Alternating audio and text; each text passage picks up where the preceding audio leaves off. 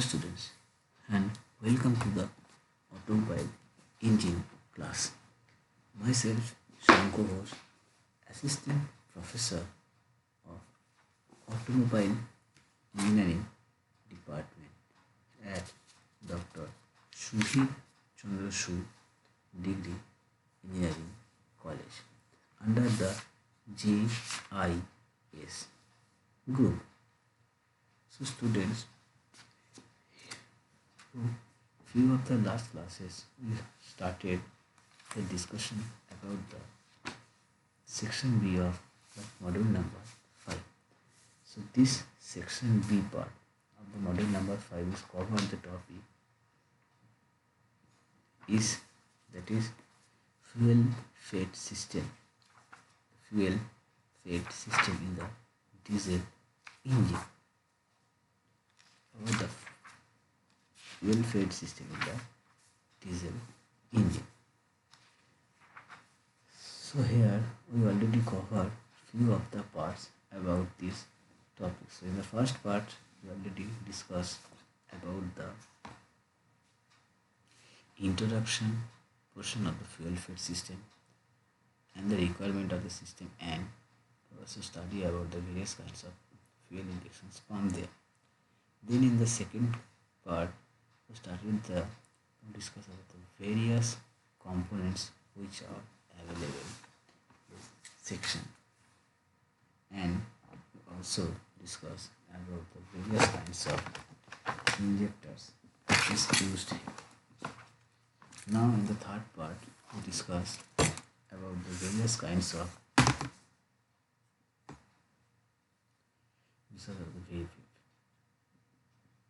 various types of the nozzle, and discuss about the various types of diesel fuel injection system. Now coming to the next part or the fourth part of the second module, section B of the fifth module. And here in this class, in the fourth part of this class, we start to discussion about the governor. So students, let's start the class about the governor. A governor is a system. Basically, governor is a system that is basically used to maintain.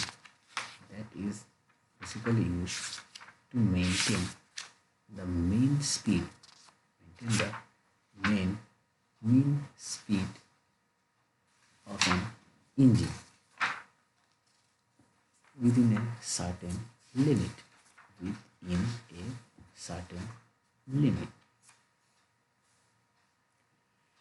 So it does this by regulating and controlling the amount of fuel supply to the engine.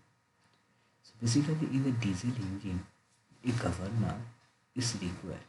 So for the diesel engine, a governor is required to control the fuel injected, to control the fuel which is injected, to ensure the optimum condition at all speed and load within the range which is specified. So thus the function of a governor is to regulate the speed of an engine when there are the variation in the load. When there is the variation in the load, like when the load on an engine increases, its speed is decreases. So therefore it becomes necessary to increase the supply, and thus it lays the fuel which is required. So the governors automatically control the supply of fuel to the engine with the varying the load condition, and it keeps the speed within the certain limit. So students, here you can see this picture. This is a picture of a governor. This one is called the throttle valve here, This is the bell crank. This is the bevel gear, ball, arms, the spindle. This is also a spindle. So when it is rotated, it is ups and way and moves so far. When it is this pulse or comes down, then it rotates slowly. And with this, it maintains the throttling of the throttle valve. So from there, it maintains the main speed of the engine within the certain limit. So the governor hence limit the speed of the engine. So when it is running at the no load condition, that means it governs the ideal speed and ensure that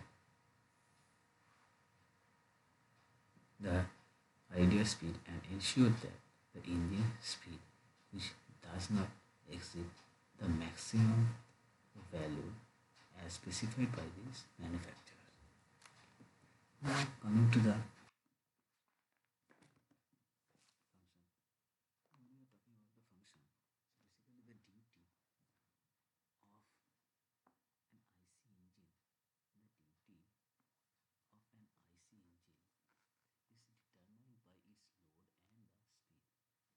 So which is expected. So this is expected to change within the definite for any high-speed engine. They are exceeding maximum load.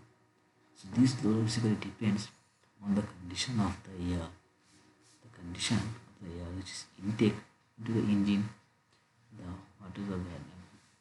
Also depends on the volumetric efficiency, fuel speed, quality of the working, mechanical losses in the engine, etc.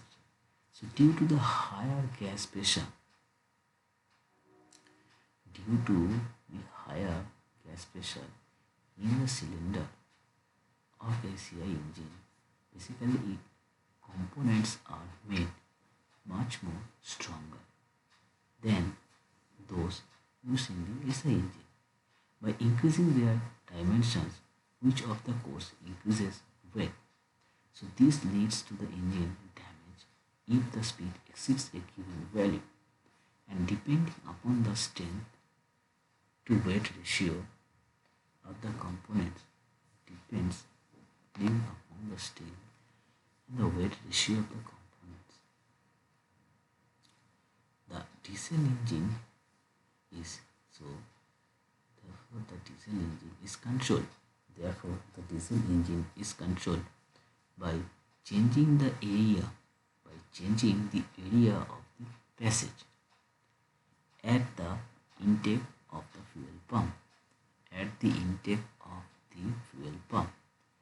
and in petrol engine by the carburetor throttle valve. The lower limit of the load is basically zero. The lower limit of the load is basically zero, and in this case the fuel consumption, so in this case when the lower limit is zero, that time the fuel consumption depends by the magnitude of the mechanical losses. So when the lower limit is tends to zero, so that time the fuel consumption, which is totally depends upon the magnitude, is obvious magnitude of the mechanical loss. So in the upper speed limit, so, and when we are talking about the upper speed of the limit, so this upper speed of the limit basically depends upon the inertial load and wear. Inertial loads and the wear of the engine unit. It also depends upon the mechanical efficiency of the engine. It also depends upon the volumetric efficiency of the engine. It also depends upon the quality of working process of the engine, and the upper limit is also depends upon the thermal stresses which is applied on the engine elements. So So students, here when we are talking about the lower speed limit, this lower speed limit basically depends upon the flywheel movement, the quality of working pressure at a low engine speed. So basically the torque of the petrol engine and the diesel engine really depends upon the crankshaft speed with the speed control member in a various position. The operation duty is selected against the speed of a particular position of the control member. The torque of the petrol engine drops faster when the speed increases than in a diesel engine at any position of the control member. The greatest difference is observed at part load. So in no load condition with the part throttle opening, the speed of the petrol engine is lower than the rated value. So when the throttle is widely open and the racing speed of engine extend, and when the racing speed of the engine exceeds near to the 30 to 50%, then the rate value for a short time. So as a result of the automobile petrol engine are often designed without the maximum speed governor. On the other hand, when we are talking about the diesel engine, it must always incorporate a maximum speed of governor. Since the racing speed is much higher than the permissible, permissible value with the control member in any position. When the speed increases, the maximum speed government must move the control member to reduce the delivery for limiting the maximum speed. So basically, the main functions of the governors are to supply extra fuel, to supply extra fuel for starting the engine at a various temperatures and experienced during the services. So first one is to supply the extra fuel, for starting the engine at various temperatures which is experienced during the service. Second is it is to maintain the ideal speed, maintain the ideal speed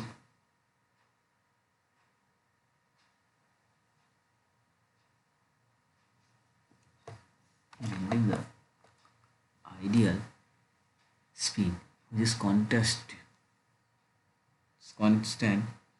as a speed constant at a predetermined RPM,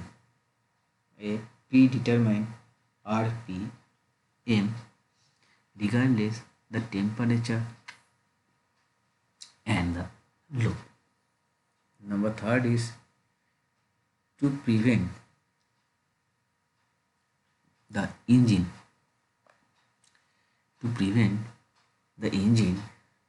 from the overspeeding. If the accelerator is depressed,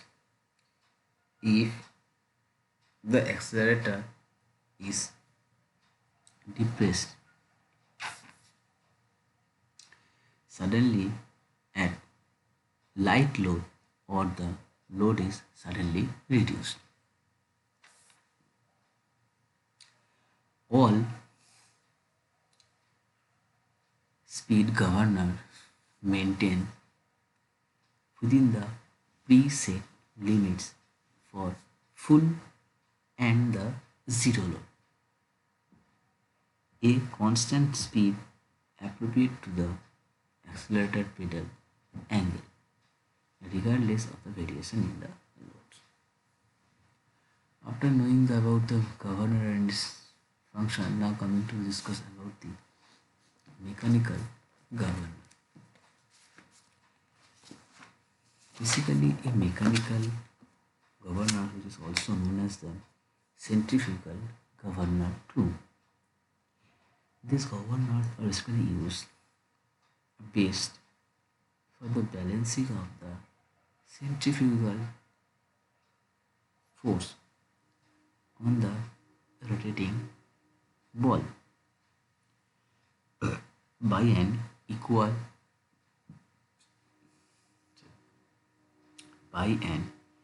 equal mass, which are attached to the arm. So these are the arm, and here is the fly ball. Equal weighted of more masses balls are attached at the end of this arm. These balls are known as fly ball or governor ball. Basically, the ball revolves with a spindle. The ball is revolved with a spindle, which is driven by the engine, through the bevel gear. The upper end of the arm are pivoted. The upper end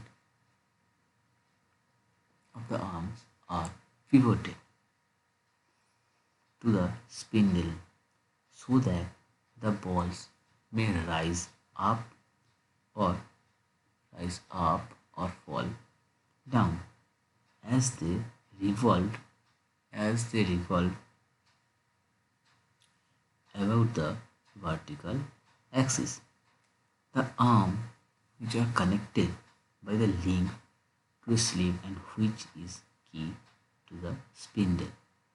This sleeve revolves with the spindle, but it can slide up and down. The ball and the sleeve rises when the spindle speed increases and falls when the speed decreases. So in order to limit the travel of the sleeve is upward and the downward direction. Upward and the downward direction. To stop S and S stop which is provided on the spindle. So this sleeve is connected by a bell crank. These sleeves are connected with a bell crank. Bell crank lever to a bell crank lever to a throttle valve. The supply of the working fluid decreases when the sleeve rises and increases when it is fall. So when the sleeve rises up, so the working fluid rises up, the working fluid decreases. And when the sleeve is down, the working fluid increases. So when the load on the engine increases, the engine and the governor speed decreases. So thus result in the decreases of the centrifugal force on the ball. Hence the ball moves inward and sleeve moves downward. The downward movement of the sleeve operates a throttle valve at the outer end of the bell crank lever to increase the supply of the working fluid, and thus the engine speed is increased. So in that case, the extra power output is provided to the balance the increased load. When the load on the engine increased, the engine and the governor outwards and the sleeves rises upwards. So this upward movement of the slab reduces the supply of the working fluid, hence the speed is decreased. So in that case, the power output is reduced. So these are the basic of the mechanical governor and its working. Now moving to the advantage of this mechanical governor. First one is they are so much cheap in cost. Second is they can be used when it is not necessary to maintain an exact speed. So it can be used any place where it not necessary. It is not necessary to maintain any the kind of exact speed which is depending on the load. There can also you can be attached. Third is they are so much simple in construction and they have only a fewer parts. So these are the basic advantages of this mechanical or centrifugal governor. Now coming to the maintenance of the governor. The governor should always be kept in clean. The governor should always be kept in clean and it should be free and it should be free of dirty lubricating oil. Regular flushing of the system with the right lubricating oil that should be carried out. The hydraulic fluid and the lubricating oil, the hydraulic fluid and the lubricating oil should be on the correct viscosity as mentioned by the manufacturers and it should be used. The hydraulic fluid and the lubricating oil, hydraulic fluid and lubricating oil, both should be the correct viscosity which is already mentioned by the manufacturers. The system's oil level should be maintained and checked time to time or periodically. The governor is not to the tempered with the repair and the operation that should be carried out only by the experienced operator. So students, these are the basic maintenance of the governor. So students, here we covered the about the second section B of the fifth module. The topic was the fuel-fed system, the compression ignition engine. So from this module, we understand about the requirement of the fuel injection system. The students can easily introduce and identify the various components of the fuel injection system. They can also understand or able to identify the various types of diesel fuel injection system, and they understand with the function or the working principle of the governor. So students, from the next class we started a new module. So still then, stay at home and stay safe. Thank you so much students.